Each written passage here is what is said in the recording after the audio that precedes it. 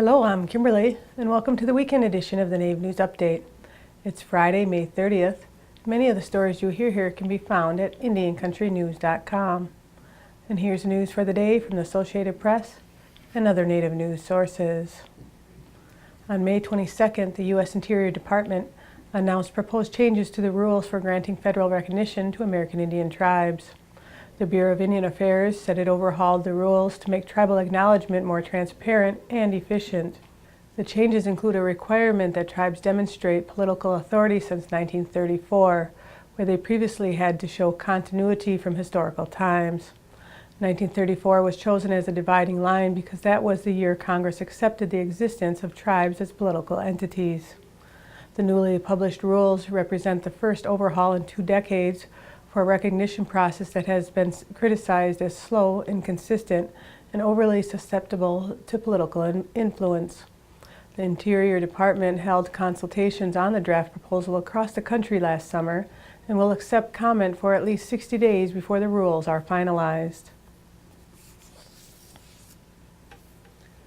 Herman Dillon Sr., a longtime Puyallup Tribal Council chairman, passed away May 23rd after a lengthy illness at the age of 82.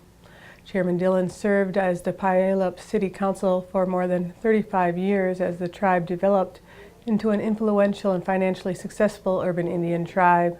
He testified on Indian affairs in Washington, D.C. and had a passion for being Native American. Dillon was born on June 15, 1931. He dropped out of Fife High School at 17 and joined the U.S. Naval Reserve just as World War II was coming to an end. He spent 4 years in the reserves as a gunner and a radar worker. He was drafted into the Army to serve during the Korean War just as he was getting out of the reserves and spent 2 years guarding POW camps in Busan. At 50, he earned his GED. He was elected to the Tribal Council in 1971. He was a tireless advocate for the social and economic betterment of his tribe and tribes throughout the Northwest, and fought to retain treaty rights to fishing and hunting. Outside of the tribe, Chairman Dillon was a foster parent and known for his commitment to helping youth. He took many children into his home as a foster parent with his wife of 43 years, Darlene Dillon. President Obama is planning to travel to a Native American reservation in North Dakota in June, a rare visit by a sitting U.S. president to Indian country, according to officials familiar with the plans. According to tribal leaders, it is unusual for a U.S. president to travel to Indian country. In 1999, President Bill Clinton visited the Pine Ridge Reservation in South Dakota. He was the first sitting president to visit a reservation since Franklin D. Roosevelt visited the Cherokee Reservation in North Carolina in 1936. The Mohegan Tribe has bought a wood-pellet production company in Ohio as part of an ongoing effort to diversify revenue in the face of growing competition within the gaming industry. The tribe said it bought a production plant that was owned by the Pennington Seed Company in Peebles, Ohio. All the assets, including a facility in Kenbridge, Virginia, now belong to Northeast Wood Products, LLC, a subsidiary of the Mohegan Tribe of Connecticut.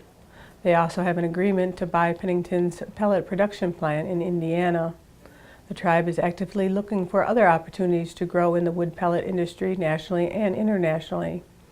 This is the most recent diversification by the Mohegan Tribe to expand its investments out of the gaming industry.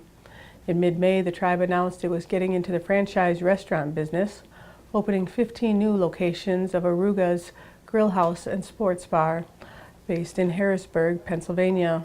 The first location will be next to their casino, the Mohegan Sun.